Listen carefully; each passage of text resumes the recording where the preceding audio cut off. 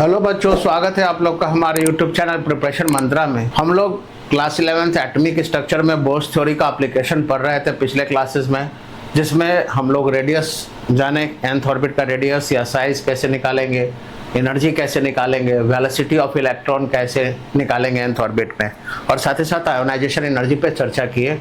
अब कुछ और एप्लीकेशन की बात करते हैं बोर्स थ्योरी का, जिसमें number of revolution per second या फ्रीक्वेंसी अगर पूछ दे इलेक्ट्रॉन का nth ऑर्बिट में ऑफ हाइड्रोजन एटम और हाइड्रोजन लाइक स्पेसिस तो कैसे निकालेंगे।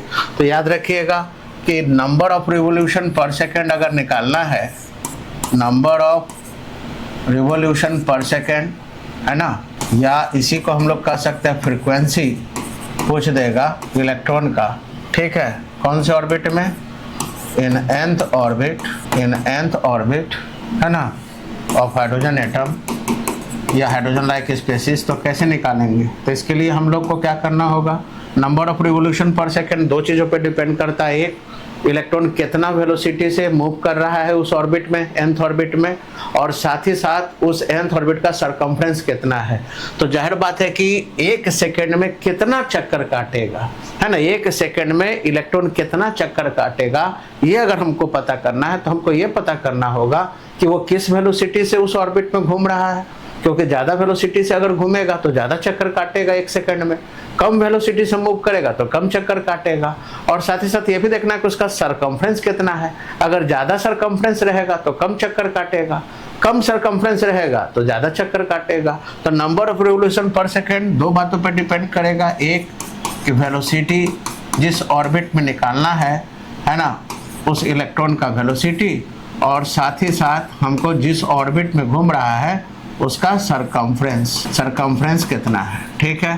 तो वेलोसिटी हम लोग जानते हैं कैसे निकालते हैं, तो ये हो गया आप लोग का 2.18 इंटू 10⁶ इंटू Z/n मीटर पर सेकेंड, और सरकमफ्रेंस कितना होगा, ये हो जाएगा 2πrn, है ना, यानी nth ऑर्बिट का, यानी हम लोग यहाँ पे वेलोसिटी का मतलब nth ऑर्बिट का वेलोसिटी चाहिए और सरकमफ्रेंस चाहिए 2πrn, ठीक है, यानी nth ऑर्बिट का रेडियस और वेलोसिटी।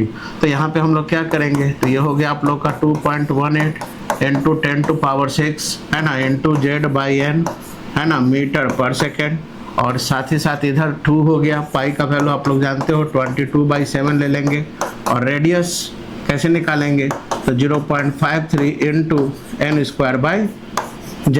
एंगस्ट्रम को अगर मीटर में अगर कन्वर्ट करेंगे तो इंटू 10⁻10 क्या मीटर, ठीक है। तो यहाँ से हम लोग आसानी से क्या करेंगे, हम लोग नंबर ऑफ रिवोल्यूशन पता कर सकते हैं, ठीक है। तो इसमें सारा डाटा तो कांस्टेंट ही है, देख रहे हो ये कांस्टेंट है, ये सब डाटा कांस्टेंट है, केवल z और n, और इधर n² और z आप लोग का वेरी करेगा। तो ये जो भी है ये सब के बराबर एक कांस्टेंट ले लें, या जो भी कांस्टेंट आएगा है ना, उस कांस्टेंट में आप लोग का क्या होगा Z/n, और इसको अगर ऊपर करेंगे है ना तो ये हो जाएगा Z/n², है ना, z ऊपर चला जाएगा, n² नीचे। तो इसका मतलब है कि हम लोग कह सकते हैं कि ये बराबर क्या हो जाएगा, ये कांस्टेंट जो भी है इसको कैलकुलेट करके आएगा, इनटू आप लोग का क्या हो जाएगा इनटू Z² और बाई n³, यानी हम लोग कह सकते हैं कि number of revolution per second जो है इलेक्ट्रॉन का, है ना, वो किस चीज़ पर डिपेंड करेगा, यानी number of revolution per second, या इसी को हम लोग क्या कहते हैं फ्रीक्वेंसी जो है इलेक्ट्रॉन का, है ना, वो क्या होगा, कांस्टेंट हटा के प्रोपोर्शनल का साइन डाल दें तो ये डायरेक्टली प्रोपोर्शनल हो जाएगा Z² के, और इन्वर्सली प्रोपोर्शनल हो जाएगा n³ के, ठीक है।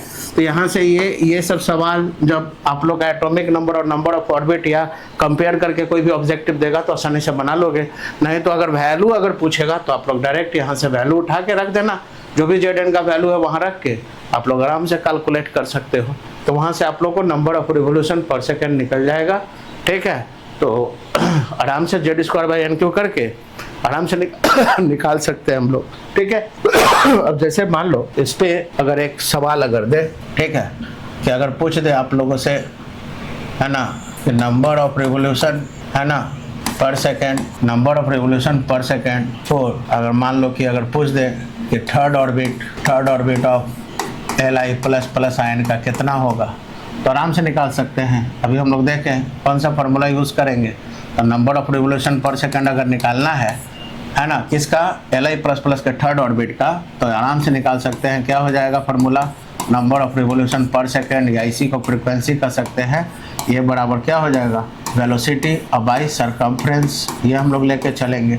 वेलोसिटी कितना हो जाएगा, तो ये हो जाएगा 2.18 into 10⁶ into Z by N. तो जेड कितना हो गया इसका, लिथियम का एटॉमिक नंबर कितना होता है आप लोग का 3, तो जेड बाई एन यानी 3/3 हो जाएगा।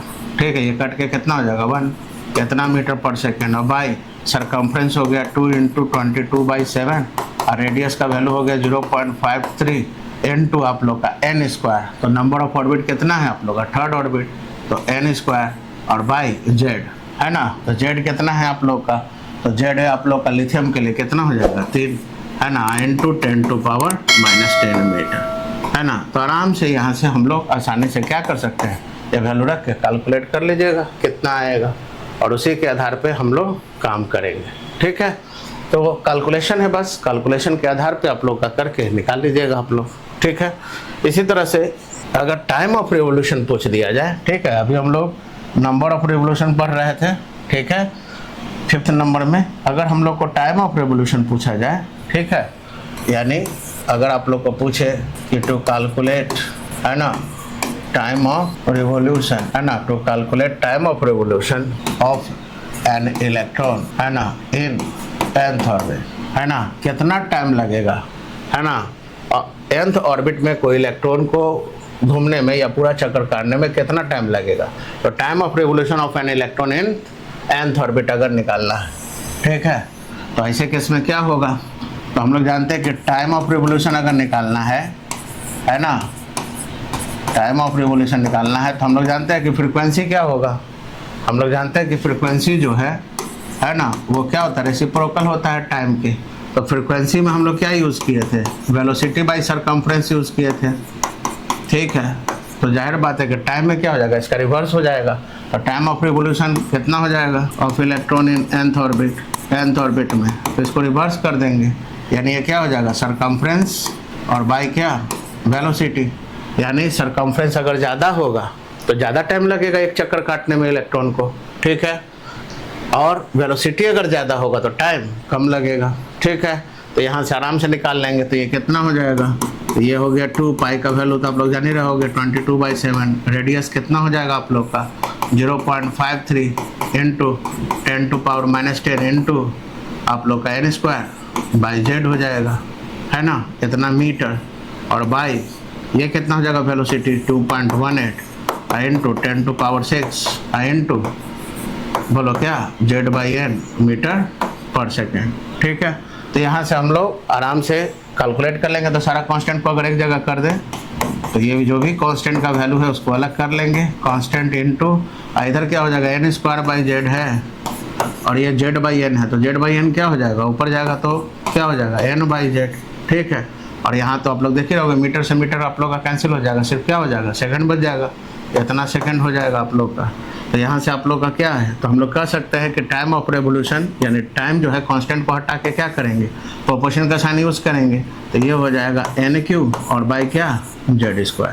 यानी हम लोग का नंबर ऑफ ऑर्बिट अगर ज़्यादा होगा तो टाइम ज़्यादा लगेगा, एटॉमिक नंबर अगर ज़्यादा होगा तो वैसे केस में टाइम कम लगेगा। ठीक है, यानी नंबर ऑफ ऑर्बिट के डायरेक्टली प्रोपोर्शनल और एटॉमिक नंबर के इन्वर्सली प्रोपोर्शनल। तो यहाँ से हम लोग टाइम ऑफ रेवोल्यूशन आसानी से निकाल सकते हैं प्यारे बच्चों। ठीक है, तो इसमें कभी कभी आप लोग का क्वेश्चन दे देता है, ठीक है, कभी कभी क्वेश्चन दे देता है कि आप लोग को पूछ देगा कि बताइए टाइम ऑफ रेवोल्यूशन क्या होगा, है ना, 4n = 3 ऑफ Li प्लस है ना, इसका रेशियो पूछ देगा, और n = 2 ऑफ He+, है ना। इसका अगर आप लोग का रेशियो पूछे, है ना, कि टाइम का रेशियो क्या होगा टाइम ऑफ रेवोल्यूशन का, है ना, किसका किसका है, लिथियम के थर्ड ऑर्बिट, लिथियम आयन के थर्ड ऑर्बिट और हीलियम आयन के सेकंड ऑर्बिट। तो अभी हम लोग देखे, है ना, कि क्या रिलेशन आया था आप लोग का, अभी हम लोग देखे कि T n³ के डायरेक्टली प्रोपोर्शनल, Z² के इन्वर्सली प्रोपोर्शनल। ठीक है, तो यानी T जो होगा वो n³ के डायरेक्टली प्रोपोर्शनल है, Z² के इन्वर्सली प्रोपोर्शनल। तो इसी को आधार बना लेंगे, क्योंकि प्रोपोर्शनलिटी का साइन हटाएंगे तो जो कांस्टेंट होगा वो दोनों के लिए होगा, वो कैंसिल आउट हो जाएगा।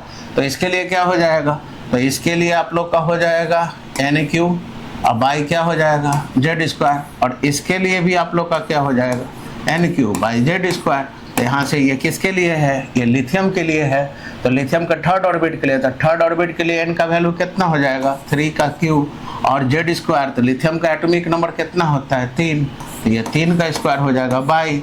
इसके लिए हीलियम के लिए कितना हो जाएगा, तो सेकंड ऑर्बिट के लिए पूछ रहा है, तो 2 पे पावर क्यूब 2 का क्यूब, और इधर हीलियम का कितना है आप लोग का एटॉमिक नंबर 2, तो 2 का स्क्वायर, तो ये क्या हो जाएगा, ये क्यूब से ये जाएगा तो यहाँ कितना बच जाएगा आप लोग का 3 बच जाएगा। ठीक है, स्क्वायर से कटेगा तो यहाँ 3 पे पावर 1 यानी 3 बच जाएगा, और यहाँ कितना बच जाएगा 2, यानी रेशियो आएगा आप लोग का 3:2।